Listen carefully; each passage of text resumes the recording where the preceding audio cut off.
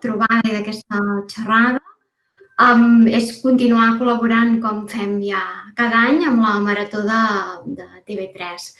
Aquest any la Marató està dedicada al coronavirus i llavors, com que amb la situació d'escola i amb la situació de prevenció hem cregut oportú de fer activitats com les que fèiem abans on ens barrejàvem família, alumnes, i per no deixar de participar hem proposat a la doctora Tortajada, que a més és mare de l'escola, que ens fes això, una xerrada sobre la situació actual del coronavirus i una miqueta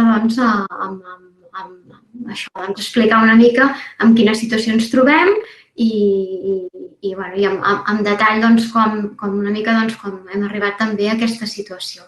Abans de presentar-la i donar-li pas, comentar que m'acompanya el Santi, que és el responsable de comunicació de l'escola. Llavors, si us sembla bé, primer de tot gravarem aquesta sessió, amb permís també de la Marta, i totes aquelles preguntes que anem tenint, si us sembla bé, les poseu en el xat i llavors al final de la xerrada el Santi farà una mica de recull i li podem traslladar i, evidentment, qui vulgui participar, endavant.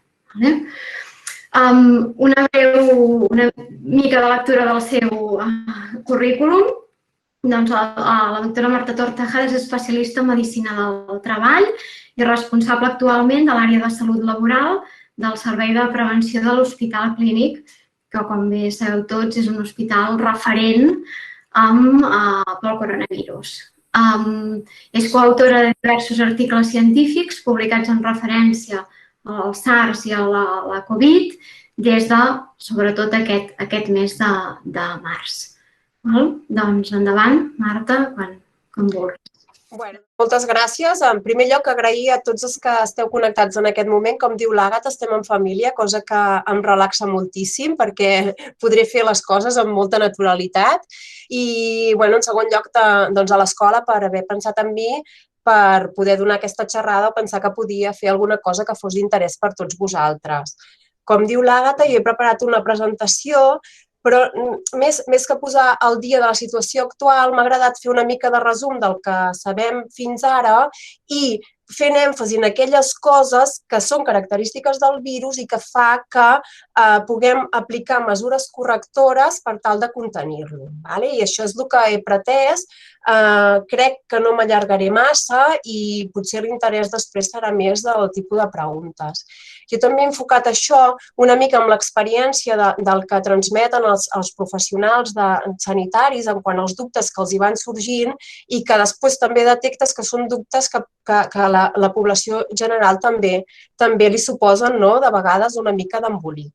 Aquesta és la presentació. De coronavirus ja n'hi havia, ja existia. És un virus que habitualment afecta animals, habitualment a mamífers, altres poden infectar diferents famílies a peixos i ocells i certament alguns ja tenien aquesta capacitat de transmissió dels animals en els humans. Prèvia a la pandèmia del 2019 coneixíem ja 6 coronavirus amb capacitat d'infectar humans. 4 d'ells són els que produeixen refredats comuns i que habitualment circulen per l'ambient i donen aquests quadres de respiratoris lleus durant l'hivern. I 2, ja coneixíem que 2 dels coronavirus que afecten humans produïen síndromes greus. Us en recordeu bé del SARS i del MERS, que han tingut petits brots epidèmics a l'Àsia i a la península aràbica i han sigut brots que han produït una elevada mortalitat. El virus que tenim ara sí que és un virus nou. I aquest virus d'on apareix? Doncs apareix de la recombinació, es barreja el material genètic de 2 coronavirus, un que afecta habitualment els ratpenats i el virus del SARS-CoV-1 que ja afectava els humans. Aquesta recombinació fa que aparegui un nou virus amb capacitat d'infectar els humans. I per què en diem SARS-CoV-2? En diem SARS perquè són les sigles de síndrome respiratori agut, que és el que provoca, en diem CO de coronavirus i en diem 2 perquè d'avui en teníem un. I aquest virus el que fa és una síndrome, provoca una malaltia que és el que anomenem Covid-19. Per tant, per una banda hi ha el virus, que s'anomena coronavirus SARS-CoV-2, i per una altra banda hi ha la Covid, que és la síndrome que provoca aquest virus. Moltes vegades ho anomenem indistintament, però que sapigueu que hi ha aquesta petita diferència. I amb què s'ha trobat aquest virus? Doncs s'ha trobat amb una població humana absolutament desprotegida enfront d'ell. És a dir, és un virus que tenia una capacitat infectiva a tots els milions de persones que hi ha en el món. I això és el que s'anomena una pandèmia, aquesta capacitat per manca d'immunitat de grup. Aquesta diapositiva la vaig treure ahir de la pàgina de l'Organització Mundial de la Salut. Aquestes les van actualitzant diàriament i veieu que a dia d'ahir a Espanya s'havien notificat, hi ha dues gràfiques, a dalt hi ha aquí a dalt hi ha els casos notificats i aquí a baix hi ha la mortalitat del virus, en nombres absoluts. Si us hi fixeu bé, en el mes de març, durant la primera onada, els casos notificats, o sigui, la mortalitat respecte als casos notificats era molt elevada i ara la tendència ha variat. Ara detectem molts més casos amb una mortalitat inferior, tot i que és molt alta. Però veieu, si veieu en les dues onades, aquestes corbes són de diferents característiques. Els virus tenen unes característiques pròpies que fa que determinin la seva propagació. I és aquí on, incidint sobre les característiques que tenen, podem aplicar les mesures de precaució. Com es transmet aquest virus? Bé, aquesta imatge vol il·lustrar com es transmet el virus a través de les secrecions respiratòries. Això és un model genèric de les secrecions respiratòries que estaria expulsant aquesta persona a través de l'expiració. Veieu que hi ha unes gotes ben grosses, que són aquestes d'aquí, que són les que transportarien en principi aquest tipus de virus, que el que fan és moure's a una distància més o menys d'un metre, metre i mig, perquè pesen el suficient com perquè quan arriben aquí precipitin a terra o a les superfícies. Secundari a aquesta precipitació ens trobem amb la casuística de que aquestes gotes que s'han depositat a les superfícies ens podem contagiar a través de les mans o a través de les superfícies si toquem després mucosa. Per tant, es diu que aquest virus es pot transmetre per gotes i per contacte. I això és precisament perquè aquestes gotes són grosses i poden precipitar. Aquestes que veieu aquí, mitjanes o més mitjanetes i més petitones, són els que esteu anomenant, o els que s'anomenen habitualment aerosols. Aquestes tenen menys capacitat de caure perquè la ventilació els pot moure amb més facilitat, però també tenen la capacitat, per pesar menys, de moure's més al llarg de la distància. En principi, o al principi es va sospitar que el coronavirus no es podia transmetre a través d'aerosols, però cada vegada es veu més que nosaltres som capaços de generar aquests aerosols, com estornudant, cantant, cridant, estossegant. Quan fem totes aquestes accions, aquestes gotes aerosolitzen i són capaces de moure's més lluny. En aquest esquema que va sortir publicat al New York Times al febrer, il·lustra molt bé aquesta persona de vermell que estaria infectada per coronavirus, quina capacitat, veieu això que està sombrejat amb vermell, quina capacitat de contagi tindria al seu voltant. Aquest senyor, més o menys, hauria contagiat 1, 2, 3 persones i mitja, perquè aquest estaria també una mica més lluny. En canvi, aquells virus, com per exemple el sarampió o aquests que tenen uns aerosols més petits, són capaços de viatjar amb 1 metro més lluny. Veieu? Llavors es diu que aquesta manera de contagiar és per gotes i contacte i aquesta manera de contagiar és per aire. I s'utilitzen mesures de prevenció diferents en un cas o en un altre. Una altra de les característiques que ens afectaran després a l'hora de prendre mesures és el que és el període d'incubació del virus. El període d'incubació és el període que va des que nosaltres entrem en contacte amb el virus fins que desenvolupem la malaltia, si és que la desenvolupem. En el cas del coronavirus pot anar de 2 a 14 dies, però hi ha una mitjana de 5 o 6 dies. Què vol dir això? Fixem-nos en aquesta gràfica. Aquí hi ha els dies des que nosaltres hem entrat en contacte amb el virus, que és el dia 0. El període d'incubació, tota aquesta línia serien persones que han anat desenvolupant la malaltia. La majoria de les persones desenvolupen la malaltia aquí, al voltant dels 6 primers dies. Ho veieu? Però és veritat que hi ha un percentatge de la població, encara que sigui més petitó, que pot arribar fins als 14 dies. Durant aquest període d'incubació, normalment el virus és asimptomàtic, per tant, nosaltres podríem estar contagiant sense saber-ho. I és per això, per aquests 10-14 dies de període d'incubació, que es fan les quarantenes d'aquest marge.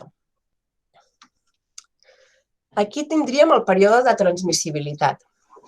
Si ho veieu aquí també, en aquest eix hi ha el temps, aquí han representat el període d'incubació i aquí el moment en què es comença a manifestar la malaltia fins al final. Durant el període d'incubació, com us comentava abans, hi ha un període de latència en el qual no passa res, no notem res, el virus està replicant a dintre del nostre organisme, però no passa res. Però arriba un moment que aquest període d'incubació, encara sense fer malaltia, ja produeix o podria produir capacitat de contagi. Per tant, podríem tenir capacitat de contagi durant aquest període i el període de malaltia. En el cas del coronavirus, habitualment, quan no hi ha simptomatologia, aquest virus no contagia. Aquesta era una gràfica més genèrica de les malalties infeccioses. En el cas del coronavirus, probablement aquest període de transmissibilitat acabaria aquí o fins i tot una miqueta abans. També hem de destacar que existeixen casos asimptomàtics. Aquesta és una gràfica que il·lustra la primera vegada que es va publicar que podria ser que el coronavirus es manifestés en personal o en persones que eren asimptomàtiques, perquè al principi s'havia dit, o des de la Xina ens havia arribat, que només es contagiava quan realment hi havia simptomatologia, però ja veieu que al gener del 2020 ja es va sospitar que això podia ser així. I van reportar aquest cas, que veieu, aquest és el pacient o cas índex. Era una persona xinesa que havia anat a visitar a Alemanya per fer un viatge de negocis. Durant la seva visita a Alemanya va fer una sèrie de reunions i després, quan les va acabar, se'n va anar, va agafar un vol cap a la Xina. Durant el vol cap a la Xina va començar a manifestar simptomatologies. I, com que era a la Xina i era al gener, doncs al cap d'uns dies li van fer una prova PCR que va resultar positiva. Al fer l'estudi de contactes d'aquest cas, es va veure que hi va haver 4 contagiats més. En el primer, veieu que aquest dia i aquest dia van coincidir amb les reunions de feina. Al cap de 3 dies va manifestar símptomes i després es va positivitzar. El mateix amb aquest segon. Aquest va coincidir amb ell en aquests 2 dies i al cap d'uns dies va manifestar símptomes, al igual que aquests 2 pacients que van tenir contactes més puntuals amb ell, sense tanta estona, però que també van desenvolupar. A més, es dona la casualitat que no sé si el 3 o el 4 va ser el primer cas detectat a Espanya, que no sé si recordeu que va ser a les Illes Canàries. Aquest senyor d'aquí, no, el 3 o el 4, va fer un viatge a les Illes Canàries i en l'estudi de contactes se'l va trobar allà, li van manifestar símptomes aquest dia, li van fer la PCR i va resultar positiva d'aquest primer cas que, si us hi fixeu, aquí no tenia simptomatologia. Per això la importància de les quarantenes. Aquesta és una gràfica que jo penso que il·lustra molt bé com s'ha de contenir o què es pretén amb la contenció de la transmissibilitat. Si aquí tenim un cas que és capaç d'infectar, també és un model genèric, que és capaç d'infectar a 2 persones més, aquestes 2 persones més, 2 a la seva vegada i així successivament, si nosaltres no posem alguna mesura de contenció en algun punt, això és exponencial. En canvi, fixeu-vos bé que si trenquem aquesta cadena de transmissió aquí, ens estalviem tots aquests casos i tots els que siguin secundaris en aquest. Jo penso que aquesta gràfica il·lustra molt bé el perquè de les contencions. De vegades ens dona la sensació de que, bueno, perquè jo contagi el meu germà, que al final és una persona sana, no passa res, no? Perquè tindrà una simptomatologia lleu.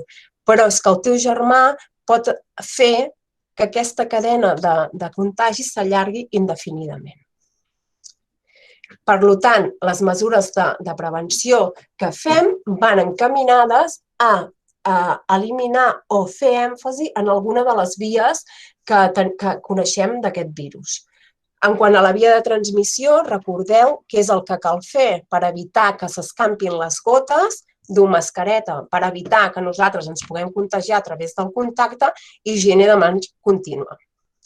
En quant al període d'incubació, que sabem que són aquelles èpoques en les quals sabem que hem estat en contacte amb una persona positiva, però que pot anar de 2 a 14 dies si acabem desenvolupant la malaltia, en la qual coincidirien 2 que podríem estar contagiant, què hem de fer?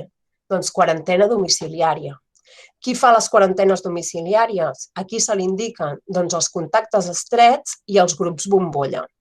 Els grups bombolla, que penso que és una solució molt bona per fer aquestes quarantenes, no complirien tots estrictament el criteri de contacte estret, però és una solució bona per poder fer una bona quarantena o una bona contenció quan tenim un cas amb un grup que conviu habitualment. I en el cas que algú tingui simptomatologia, què cal fer? Doncs aïllar-lo. I aquest aïllament pot ser domiciliari si la seva condició física ho permet o bé hospitalari si ho requereix. En quant a les mesures de prevenció, penso que també és interessant parlar una mica de les mascaretes, que de vegades també ens emboliquem una mica amb per què serveixen unes o per què serveixen unes altres. Aquí tenim una imatge on hi ha una persona infectada, un cas índex, i una persona exposada. I estan representades les diferents maneres o els diferents tamanys de gotes o aerosols que puguin contenir virus. Veieu que en aquesta distància tan petita, que seria inferior a 1 metre, les gotes més grosses que contindrien el coronavirus impacten directament sobre la persona exposada. La resta de partícules, que són més petites, al marge de que es van o es poden anar més lluny, també tenen la capacitat, pel seu tamany, de cantar o arribar fins a l'arbre respiratori una mica més a baix. A més, aquí ve representat aquest que es traspassa en el telèfon mòbil, que està contaminat, per tant hi ha transmissió per gotes i transmissió per contacte. Aquí veiem l'efecte que faria una mascareta quirúrgica en aquest cas. Al cas índex evitaríem que totes les gotes grosses i els aerosols més grans no sortissin a l'exterior i només sortís una mica d'aquests aerosols més petits, però que, si us doneu compte, tampoc viatgen massa lluny i mantenen la distància aquesta curta que tindria. A més, la persona exposada també porta una mascareta, el qual augmenta el grau de seguretat. Els tipus de mascareta, fonamentalment, nosaltres els dividim en 2 tipus. Les mascaretes autofiltrants i el que serien les mascaretes quirúrgiques i les mascaretes higièniques. La diferència fonamental és que les mascaretes autofiltrants estan testades i seguint una normativa per actuar com a equip de protecció individual. Per tant, el que fan és protegir a la persona que les porta. Les mascaretes quirúrgiques i les mascaretes higièniques segueixen un altre tipus de normativa i el que fan és evitar que la persona elimini partícules cap a fora. Això es veu més bé en aquesta diapositiva. Com veieu aquí, la mascareta quirúrgica el que fa és limitar les partícules que traiem durant l'exhalació. Durant l'exhalació, la velocitat amb què traiem l'aire és molt alta. I aquí veieu il·lustrat el que faríem les partícules. Les partícules, per un efecte barrera, xocarien contra la mascareta i no sortirien a l'exterior. En canvi, les mascaretes autofiltrants el que fan és evitar que les partícules exteriors entrin en contacte amb les nostres vies respiratòries durant la inhalació. Durant la inhalació, la velocitat en la qual entra l'aire és més lenta i, a més, destacar que limiten l'entrada de partícules no només per un efecte mecànic per dur-les, sinó també per efectes electrostàtics de la pròpia mascareta, que queden allà retingudes. De mascaretes autofiltrants heu sentit que n'hi ha de diferents tipus, suposo que heu sentit l'FP2, l'FP3, la K95, etc. La diferència entre unes i altres són la capacitat o l'eficàcia filtrant que tenen. Això vol dir que les mascaretes quirúrgiques no ens protegeixen a nosaltres de les partícules exteriors? No estan testades per això, però és lògic que també tenen un efecte barrera i que ens poden ajudar. Això vol dir que totes les mascaretes autofiltrants no protegeixen a la gent que està al nostre voltant? Tampoc vol dir això. També tenen un efecte mecànic que fa que hi evita que surtin les partícules cap a l'exterior. Amb això s'ha d'anar amb compte perquè hi ha algunes d'aquestes mascaretes autofiltrants que vosaltres coneixeu i haureu vist que porten una vàlvula exhalatòria, que les fan més còmodes. Aquesta vàlvula exhalatòria sí que és més perillosa, entre cometes, si la persona està infectada, perquè elimina o fa que la capacitat d'exhalació cap a l'exterior sigui més bona. En quant a les mascaretes, que hem dit que s'assimilen més a les quirúrgiques, que són les mascaretes aquestes que tenim, les higièniques, que poden estar homologades o no, el que fan és tenir o seguir unes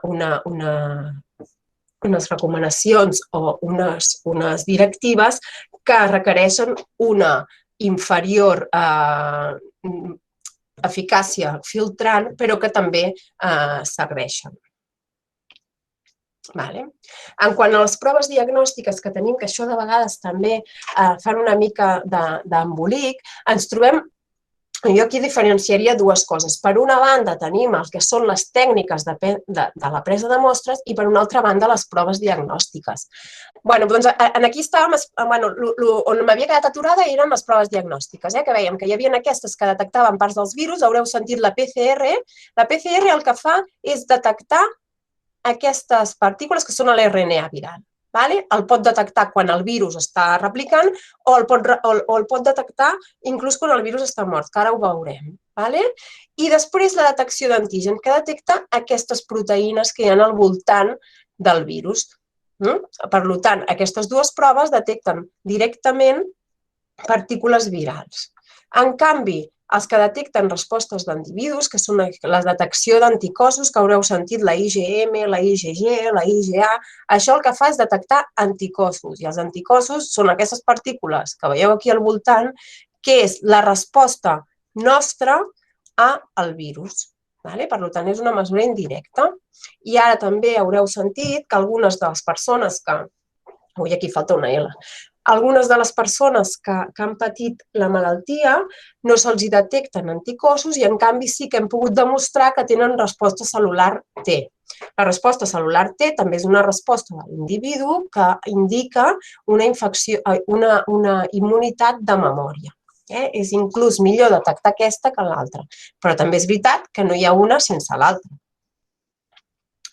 I aquí una mica la interpretació d'aquests resultats, perquè això també de vegades ens emboliquem una mica, però fins i tot, no només la població, fins i tot els professionals, que moltes vegades et diuen que si tens una IgM estàs infectant, que si tens una PCR positiva és que estàs en període d'infectivitat. I aquesta gràfica una mica el que vol és il·lustrar com es comporten totes aquestes partícules al llarg del temps. Una altra vegada tenim en aquest eix el que serien els dies i aquí en vermell el període en el qual el virus està replicant i, per tant, és el període d'infecció i d'infectivitat. Durant aquest període, nosaltres estem transmetent el virus. Aquesta corba de color blau indica tot el temps en el qual la PCR és capaç de detectar partícules virals. Per tant, veiem que des de... A veure, pugem amunt. Des d'aquest punt fins a aquest punt tindrem una PCR positiva sense tenir la infecció. En quant als anticossos, el primer anticòs que apareix sempre en totes les infeccions és la IgM. I és veritat que al principi, sobretot en aquest període, ens està indicant infecció activa i període de transmissibilitat. Podríem allargar aquest període de transmissibilitat a través de la IgM o per interpretació de la IgM fins aquí, per exemple. Però després la IgM continua pujant quan ja no hi ha virus. El nostre cos està fent encara resposta immunitària, però el virus ja està contingut. Hi ha el cas de la IgG, que apareix més tard, això també és habitual en la resta d'infeccions, i que es manté. I al llarg del temps també poden anar decaient.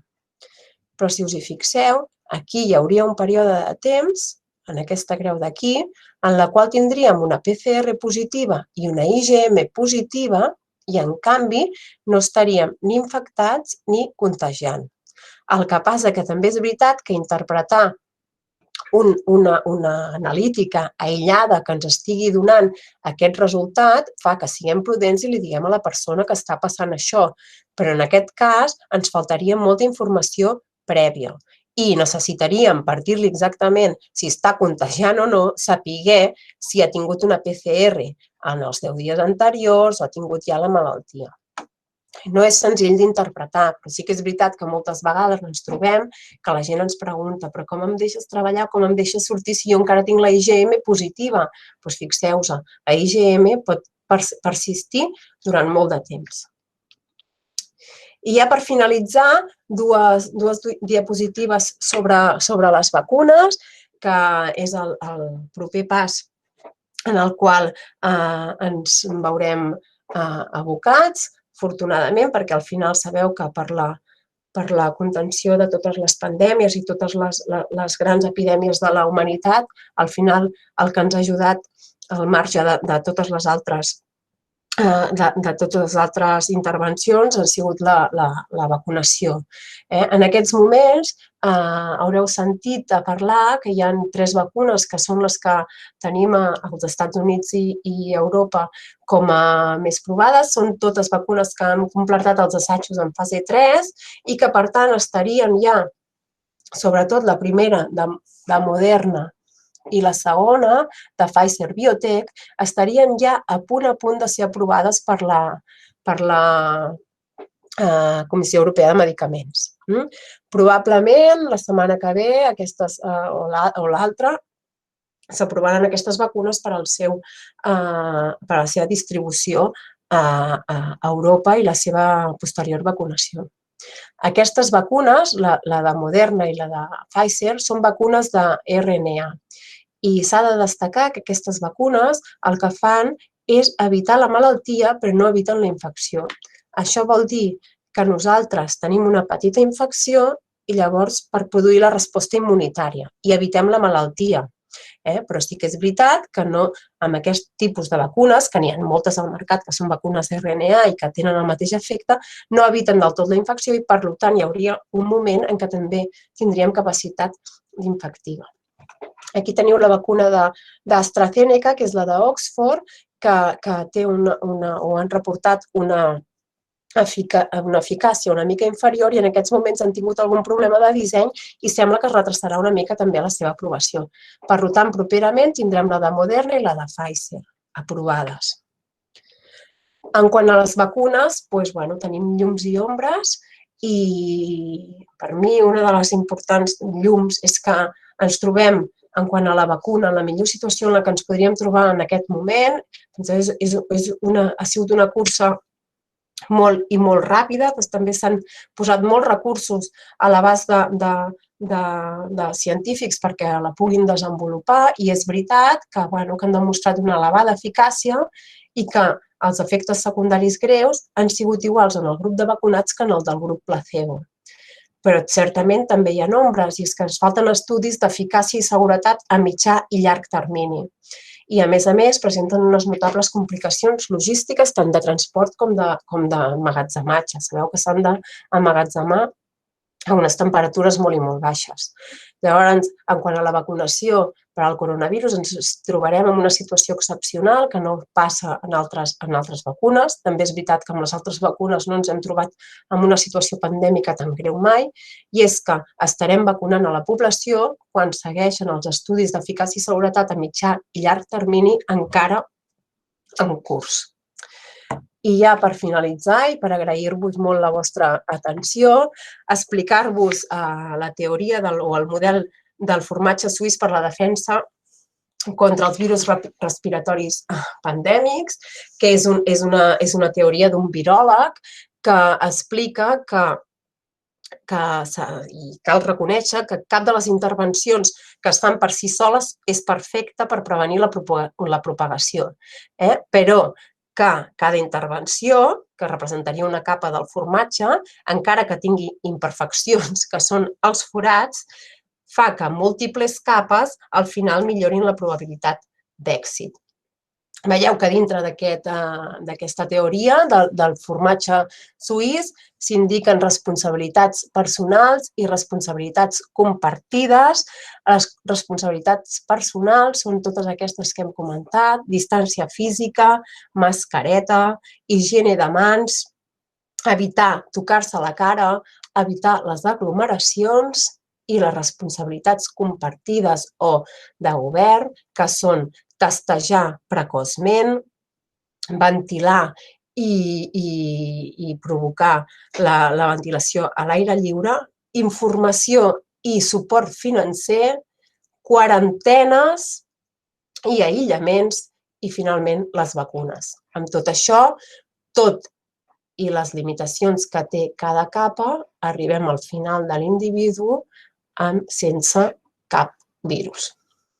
I això és tot. Moltes gràcies. Hi ha algunes preguntes que s'han apuntat aquí al xat que són bastant interessants, a veure si ens pots ajudar. La Montse pregunta que a l'escola, com a mesura de prevenció, netegem totes les superfícies, passem desinfectants, tant a cadires, taules, etc. A casa, a nivell de la roba, les sabates, quan arribem de l'exterior, ho hem de fer, ho fem bé. Una mica, si ens pots explicar aquest. Bé, jo, si us serveix d'exemple, jo a casa meva netejo la roba tal qual la netejava abans i les sabates les deixo tal qual les deixava abans. No ens passegem per casa amb sabates, però no fem cap mesura específica. Penseu també que les sabates, excepte que tinguis nens molt petits, les sabates van per terra i nosaltres, deixeu-me ser així de bruta, però no anem davant al terra, no? Vull dir que una mica de sentit comú. La roba es renta com es rentava i es neteja com es netejava. Una altra cosa és que tinguem una persona aïllada per coronavirus, que llavors sí que cal extremar les mesures. Però si tothom està sa, les mesures i el sentit comú normal. Perfecte. Gràcies. També l'Ester apuntava aquí que parlàvem de quarantena domiciliària en el cas dels contactes estrets i aïllament domiciliari en els casos positius. L'Ester pregunta, no s'ha de fer el mateix en els dos casos? No. Una quarantena... Conceptualment, una quarantena el que està fent és evitar que hi hagi un contacte mentre estiguis asimptomàtic. Llavors, si tu tens una sola persona en quarantena, sí que l'has de mantenir en una habitació a part. Però el que vol dir aïllament és que una persona malalta no pot entrar en contacte amb cap altra sense unes mesures de prevenció molt i molt acurades. Quan estem en quarantena, hem de prendre les mesures que prendríem estan en la situació normal pandèmica, mascareta, rentat de mans, etc. I quan hi estàs diagnosticat, l'aïllament significa aïllament, tancament en una habitació i només contacte amb els equips de protecció ben adequats. el concepte és una mica diferent i les mesures són molt més estrictes en cas de l'aïllament que en cas de la quarantena. D'acord. També pregunten si els asmàtics que tenen al·lèrgies, com per exemple amb els fongs, com el Cladosporium, que no sé si ho pronuncio correctament, es podran vacunar? És recomanable que es vacunin? Vale. Això que és molt bona pregunta i jo no m'atreveixo a contestar-la encara perquè no en tinc prou informació. El que sé, probablement, és el mateix que heu sentit vosaltres a les notícies, que aquesta de Pfizer ha donat problemes en gent que tenia al·lèrgies importants. Jo, la veritat és que en aquests moments aquesta pregunta no la puc contestar perquè no et diria la veritat. En qualsevol cas, quan es posi en marxa les vacunacions, estaran les indicacions superben especificades, igual que les contraindicacions. Per tant, sabrem perfectament qui s'ha de vacunar i qui no. Perfecte. També pregunten que pels que són mestres, quina creus que és la mascareta més recomanable per poder anar a treballar amb seguretat i poder estar tranquils? La meva opinió és que podeu treballar amb una mascareta quirúrgica. Vale. I canviar-la són aquelles que s'han de canviar cada 4 hores? Podeu utilitzar-la, si us renteu bé les mans, podeu utilitzar-la durant la jornada, excepte que realment toqueu moltes superfícies i canvieu, llavors us la canvieu cada 4 hores. Però una mascareta quirúrgica, en el vostre cas, és suficient. Perfecte. També pregunten que si es venen, que ho desconeixem, si es poden comprar els tests d'antígens. Tests d'antígens, jo crec que sí que es deuen poder comprar. No ho tinc claríssim, però crec que sí que es deuen poder comprar. Llavors, el test d'antígen, el problema que tenen la majoria és que la sensibilitat varia moltíssim d'uns kits a uns altres, per tant, has de saber molt bé el que estàs comprant i després també cal tenir en compte que aquests tests són més sensibles quan més simptomatologia hi ha. Tot i que és veritat que detecten personal asimptomàtic, però que, com heu sentit, no ens poden donar la seguretat absoluta que estiguem lliures de malaltia. Home, si et surt positiu segur que és positiu, però si et surt negatiu no vol dir que no hagis de fer servir les mesures que ens estan recomanant. D'acord. I aquestes són una mica les preguntes que hi ha hagut aquí a través del xat. No sé si algú més li ha quedat alguna cosa amb la que vulgui participar. No? Sembla que no. Tothom agraeix molt la teva claredat a l'hora d'explicar. La veritat és que ha sigut molt il·lustratiu. Amb els diferents gràfics t'hem pogut seguir perfectament. Doncs me n'alegro. Qualsevol cosa, resto a la vostra disposició.